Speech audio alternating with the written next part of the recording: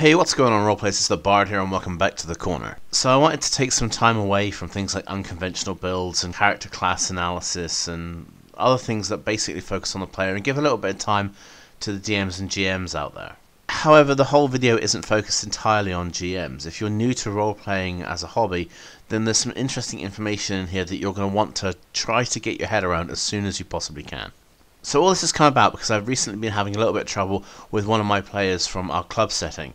Now, it's not that I'm doing anything wrong, and it's not that they're doing anything wrong, it's just that there's a lack of understanding between us in relation to the game that we're playing. Okay, so moving on from that point, we'll come back to it in a minute, but it's going to be relevant later.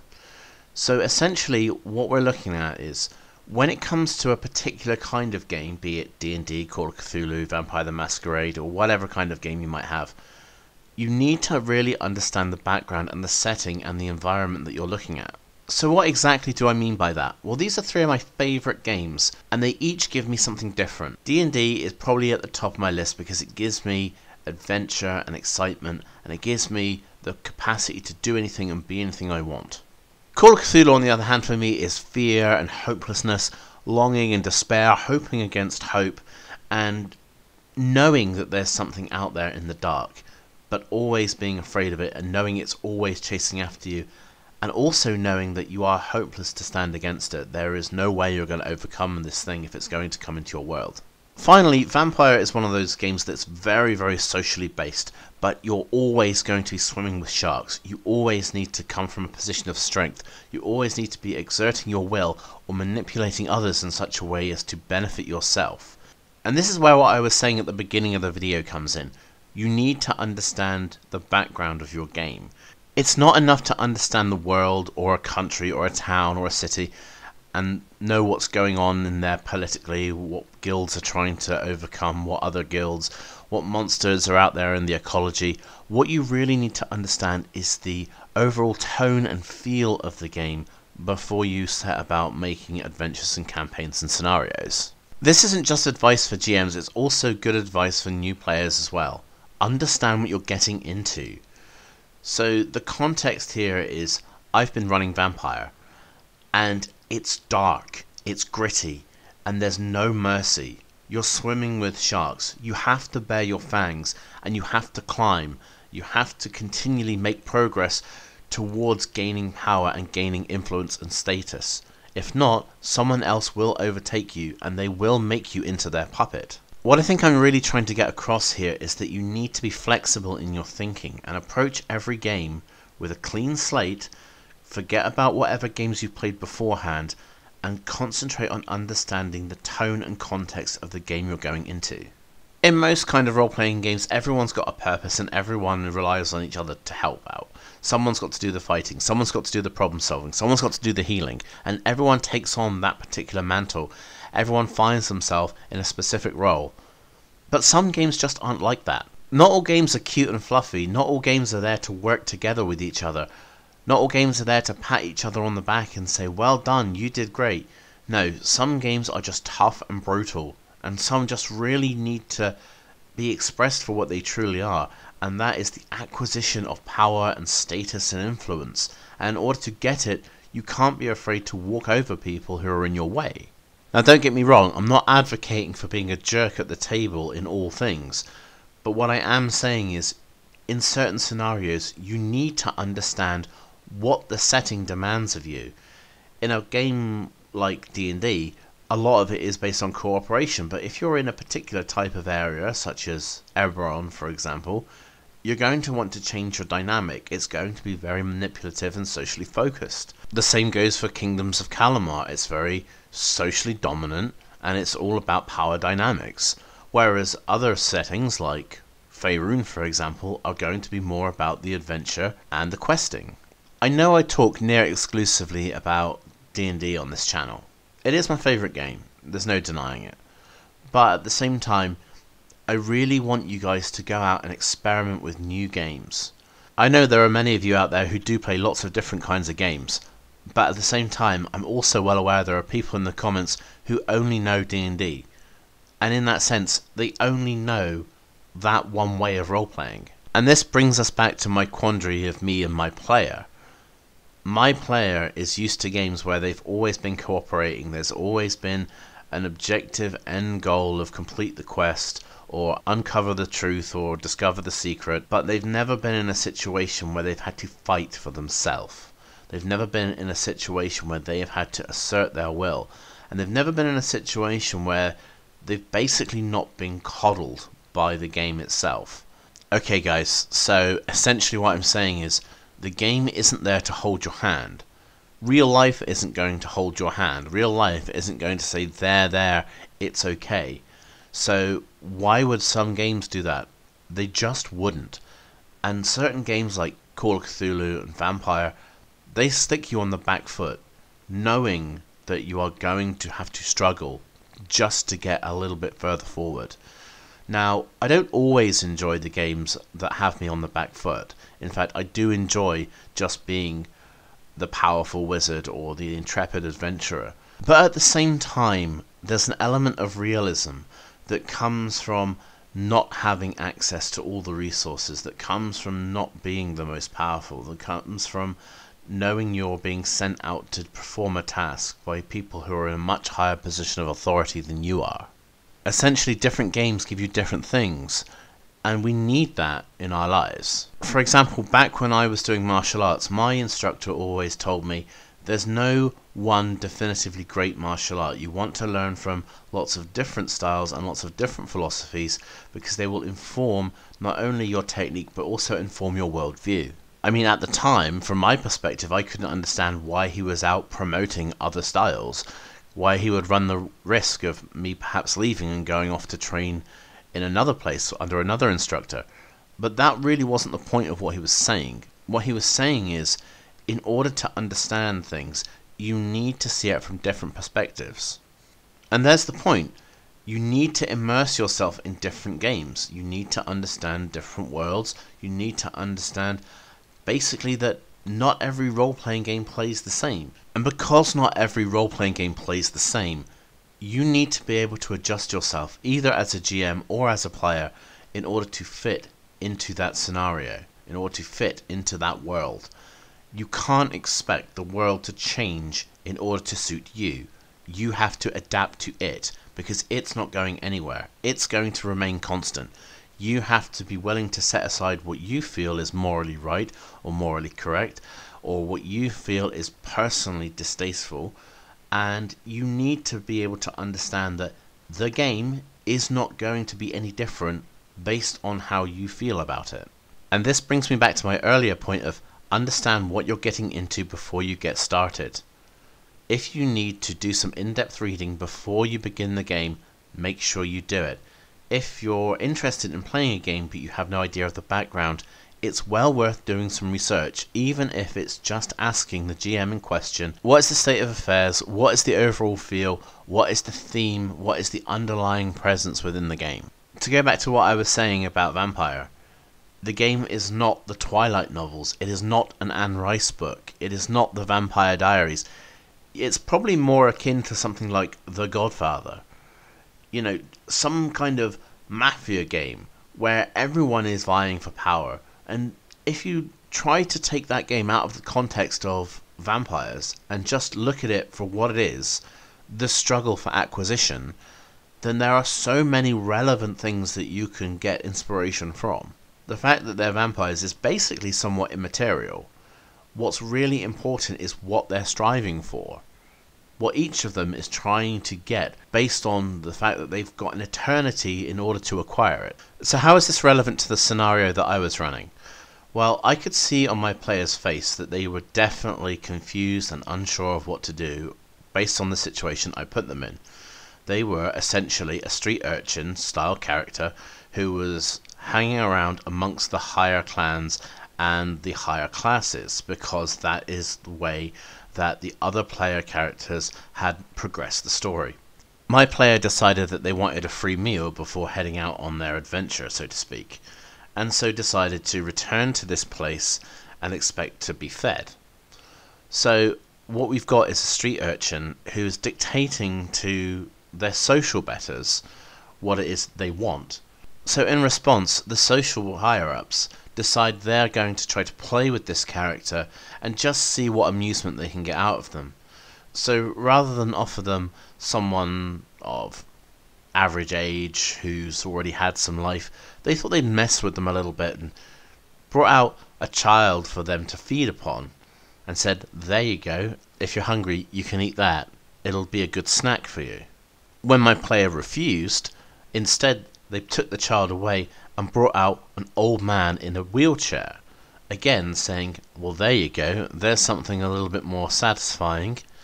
But still, it wasn't in order to just give them a free meal, it was to test the limits of the player's boundaries, as anyone would test another person's limits if there was a struggle for power going on. So there's a lot to unpack here. By being presented with these very inappropriate options for the player's character to feed upon, it shows the difference in moral expectation between the two games. But we'll get onto that in a moment. So unfortunately for my player, when these options were presented, a lot of the other people around the table did begin to laugh a little bit. So my player somewhat felt like they were being made the butt of the joke. And whilst it was somewhat amusing and almost kind of the point, but it wasn't the point that the out-of-game players were trying to laugh at this player. It was the point that the in-game NPCs were trying to laugh at the in-game character, and therein lies the problem, the separation of what's real and what's fictional. But that's a whole story for another time. So let's get back to the task at hand. Firstly, I have to respect this character's genuine ballsy approach to the situation of basically going in and saying, I want a free feed, even after they'd been there the night before and got a free feed. It was almost like the light switch had turned on, that there was this point of awakening, but it just fizzled out and diminished. They went there expecting to be fed, but when they were challenged, then the bravado seemed to drop away. And that was a big shame, because you can't just get what you want by saying you want it. You need to fight for it. You need to assert yourself, and you need to show your dominance in order to get what you want. So my player almost had it, but just fell short. Ultimately, however, I respect the player's decision. By not choosing to play the games of the vampires that are in charge, they're holding on to their humanity by not risking losing that part of themselves that they're hanging on to that makes them real. However, at the same time, there's a very different moral standard. A game like D&D, you would be rewarded and praised for saving a child's life. In a game like Vampire, if you refuse to take it, you're weak.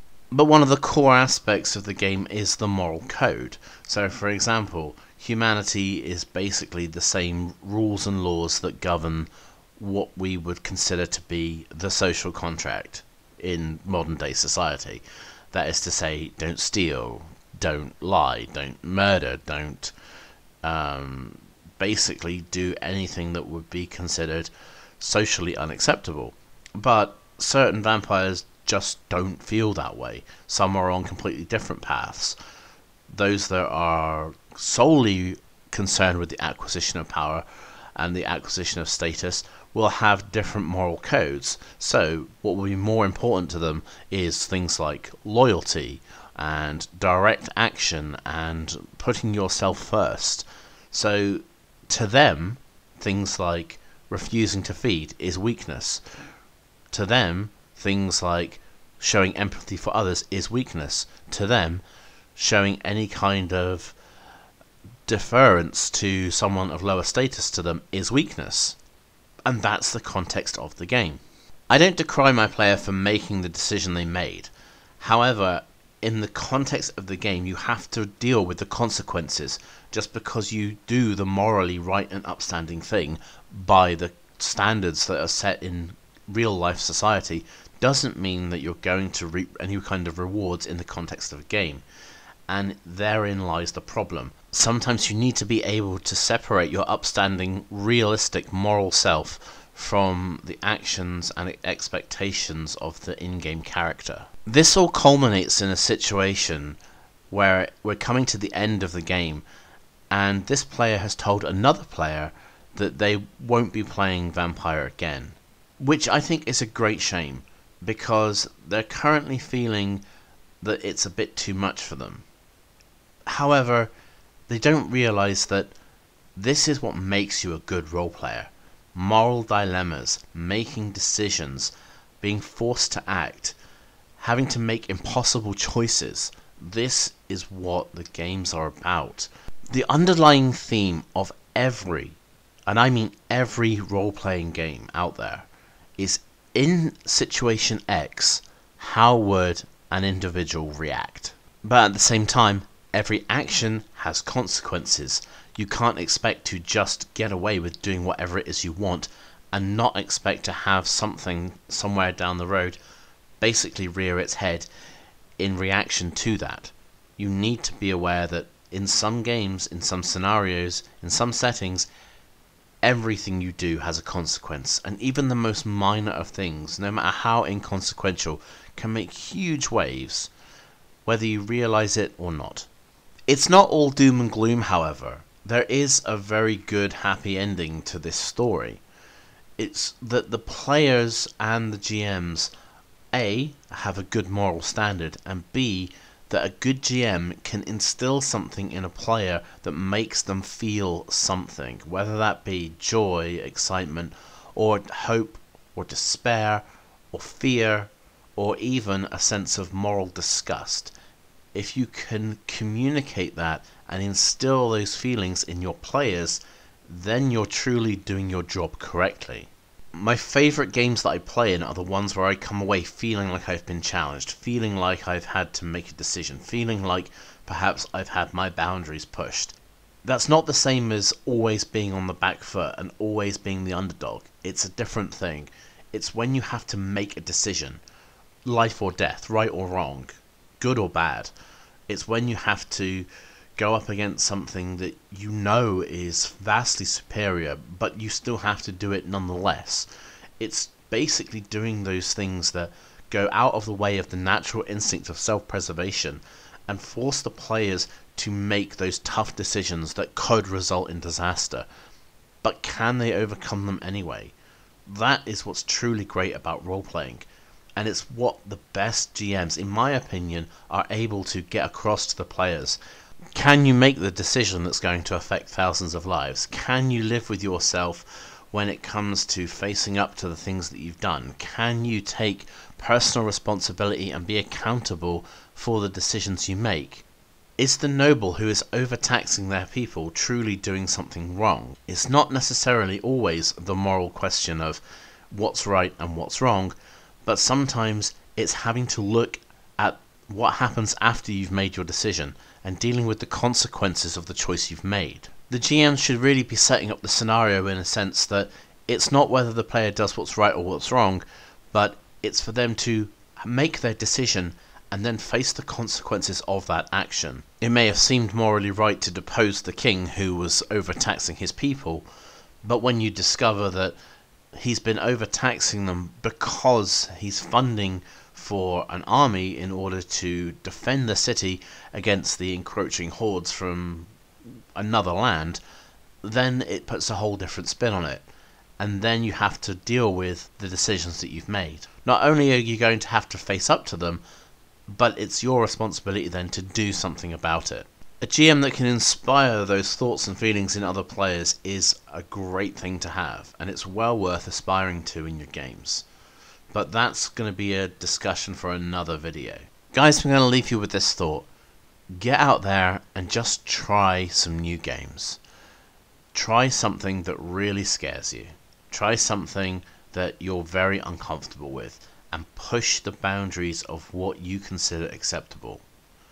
So, I don't mean just try a different style of role-playing or try a different type of version of a similar game. No, go out there and try many different things. If you're already doing it, really great.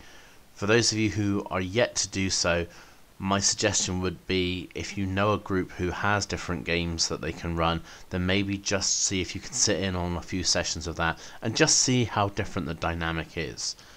You're going to learn so much more about role-playing from doing different things, playing different games, and being forced into different scenarios where you have to make decisions, where you have to make sometimes immoral decisions in order to get the best possible result. Anyway guys, I hope you enjoyed this video. Perhaps it will give you some ideas of how to take your games in the future, or perhaps it might inspire you to look at some other new things. Either way, tell me all about it in the comments down below. Don't forget to like and subscribe if you haven't already done so, and I will see you guys next time at the gaming table.